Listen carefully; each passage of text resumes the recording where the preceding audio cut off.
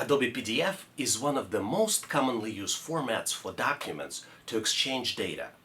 PDF files, unfortunately, are not editable, and sometimes there's no direct way to import them into Microsoft Excel. In this video, I'll show you multiple ways of importing data from PDF file into Excel and explain pros and cons of each one. One of the fastest ways to convert PDF into Excel is use one of the online tools.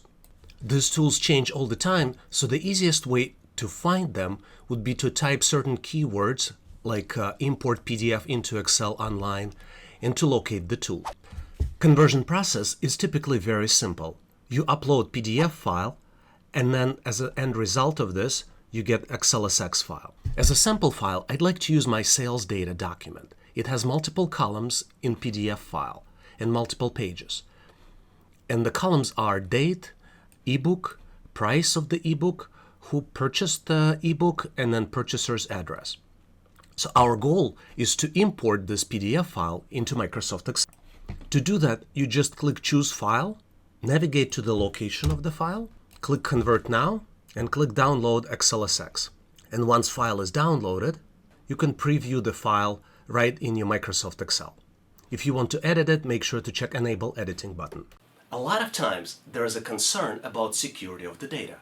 When you use online tool, you have to upload the file into online store, and they will retain the copy of the file. Most secure ways of converting the data is to use tools on your desktop. This way, data files never leave your desktop, and you're always in control. In the next tips, I will show you how to securely convert the data so it never leaves your desktop. Microsoft Word allows opening PDF files for editing. You can select PDF file in the Open dialog box. You probably will get this warning message. I typically click OK, or you can select Don't show this message again. And after a few seconds, Word brings the entire PDF file into Microsoft Word. Depending how your original PDF file is structured, you might get the entire data as table in Microsoft Word, which would be easy to select, then copy, and then paste in Microsoft Excel. After you pasted it, you can format it as you wish and use this data for your formulas or any additional calculations. Make sure to download sample files used in this video to practice yourself. Links to all the files are in the description of this video. One of the most overlooked methods to import the PDF data is to ask your source to provide data in a different format. Keep in mind that you can always ask if they can export data in any other format that might be a little easier to import than PDF. Getting data in the editable format other than PDF would allow you also to establish ongoing connections between Excel and source of the data. It might be especially helpful if you are planning to refresh the data from the source more than once, since you will be able to automate the steps and import them just by clicking the button. One of the most popular formats is a comma-separated value, CSV. If you open File of CSV format in Notepad, you can see that all the values are separated with commas. Microsoft Excel also supports a lot of other formats, for example XML, just a regular text file, Microsoft Access, and a lot of other formats. You can also look at a lot of other options for import in the Data tab of Microsoft Excel. For example, you can ask, can you give me the data from the database? And you can connect directly to the database, or from File, and these are the typical file formats. Also, there are a lot of options for online stores like Azure or different online services. So don't hesitate to ask your source to provide data in a different format. This might be the easiest option for you, especially if you're considering the volume and a lot of records in the source data file. Another option to extract data from PDF file and get into Microsoft Excel is Tabula tool. Tabula is an open source project with multiple developers around the world contributing to the tool. In case of Tabula, a team of programmers specifically focused on security and created this open source project to solve the problem of importing the data using desktop tools. You can download and install Tabula for Windows, for Mac, and for Linux. Just click on the links right on this page and the zip archive will be downloaded for Windows version, for Mac version, and for Linux you can just click here on this link on the page. Link to where you can get the tool is in the description of this video. Keep in mind that for Windows and Linux you would need to have a copy of Java installed, and there's a link where you can download the required version of Java. Once you download the tool, make sure to follow the instructions to install it and launch it for the first use. The best thing about Tabula is that it was designed with security in mind. The data that you process using the tool never leaves your desktop. And this is very important for the situation where you need to keep the data outside of the cloud platform. One of the cons of the tool is that Tabula only works with the text-based PDF files, which is majority of the PDFs with the data, but not the scanned documents. I have a favor to ask. What are the techniques you're using to import PDF into Microsoft Excel? Can you share them in the comments of this video to help others solve the challenge? Thank you very much. Now let's continue and have more fun. One of the often overlooked ways of getting the data into Excel from PDF file is to just simple copy and paste. All you need to do is select the data, copy, and to copy you can just use Ctrl+C as the shortcut, or on the menu use the copy option. And last step is to paste it into Microsoft Excel. This method might be tricky because it doesn't let you easily separate data into the columns in Microsoft Excel. As you can see, it typically brings columns with the space separator.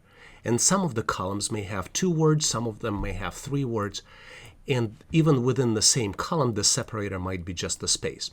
To be effective using this way, you would need to understand the structure very well, and you can use text-to-column feature of Microsoft Excel and split it into the columns using the logic or algorithm that you know. This method is not the easiest, but sometimes might be the only option for you to get the data into the tool. If you find the content of this video helpful, make sure to click the like button and subscribe to my channel to never miss a video with the new tips.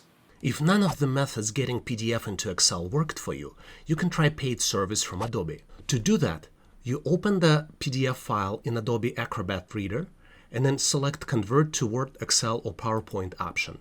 You click Export to Excel, and you will be presented with the sign-in screen. Ultimately, this is a paid service, and to take advantage of this, you need to select one of the options here. The cheapest way to do this at the moment of this recording is $2 per month.